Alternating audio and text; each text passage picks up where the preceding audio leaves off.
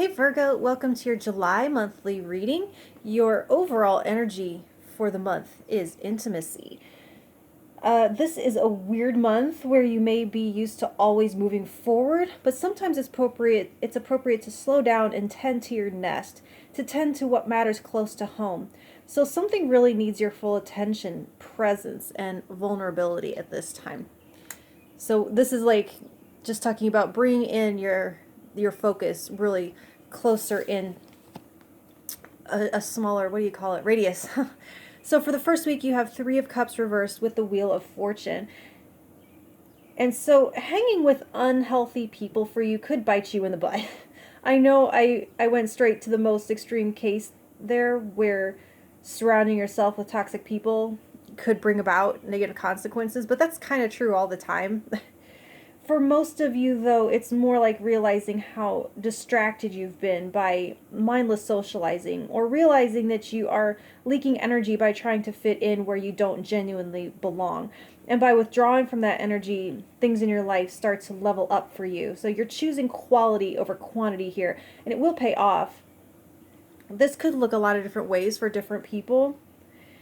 But trimming down your associations helps turn things in your favor, and you may be shedding some energy vampires, or some of you just staying home and going to bed earlier, and it helps you invest in your own evolution. There's a thing here about past social group people coming back around to burn off karma, and clearing that karma helps get things going in your life again too. Either way, you're on to the next phase, and not everyone can come along.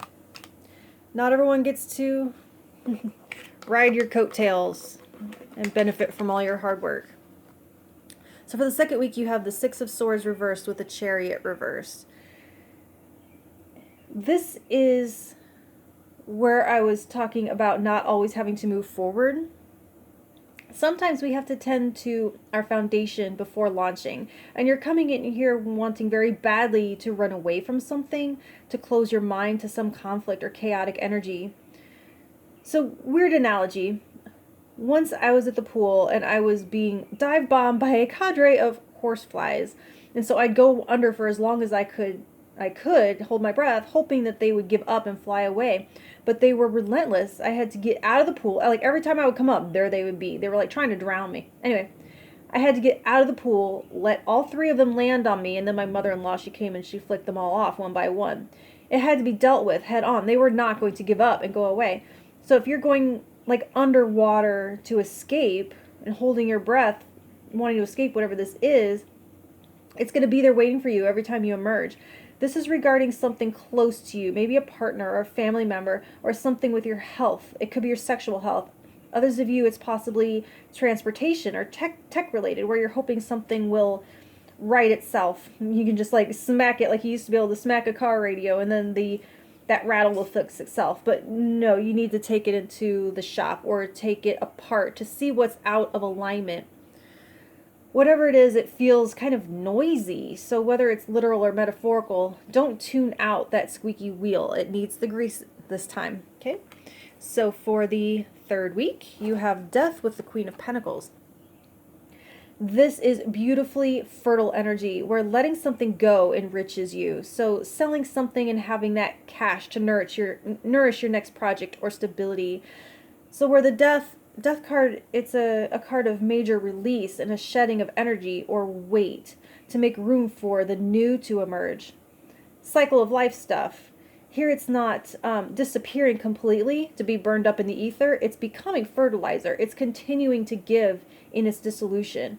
On a lighter note, releasing something makes room for you to have greater comfort in your environment. You get to stretch out and move, spread out. There's more room for you to sink into, for your roots to spread and channel abundance towards yourself.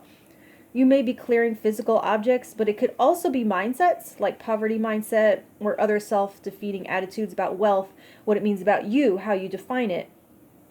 Now, this is more specific than I usually get, and huge disclaimer, I cannot, under any circumstances, give medical advice, so this is just an idea to take to your doctor if it resonates. Otherwise, leave it alone. But if you have issues with endometriosis or fibroids or polyps or anything like that, have your doctor check it out, because I'm no doctor, but I think it's common knowledge that those things do have the potential to block fertility if that's something that you're interested in. So for the 4th week, you have the Two of Pentacles with the Six of Pentacles. So you may have to balance two separate energies, but the sticking point is that you're going to have to balance them fairly and evenly. And will you be able to do so sustainably? This may be balancing your needs with the needs of your partner. It could be a work-life balance thing.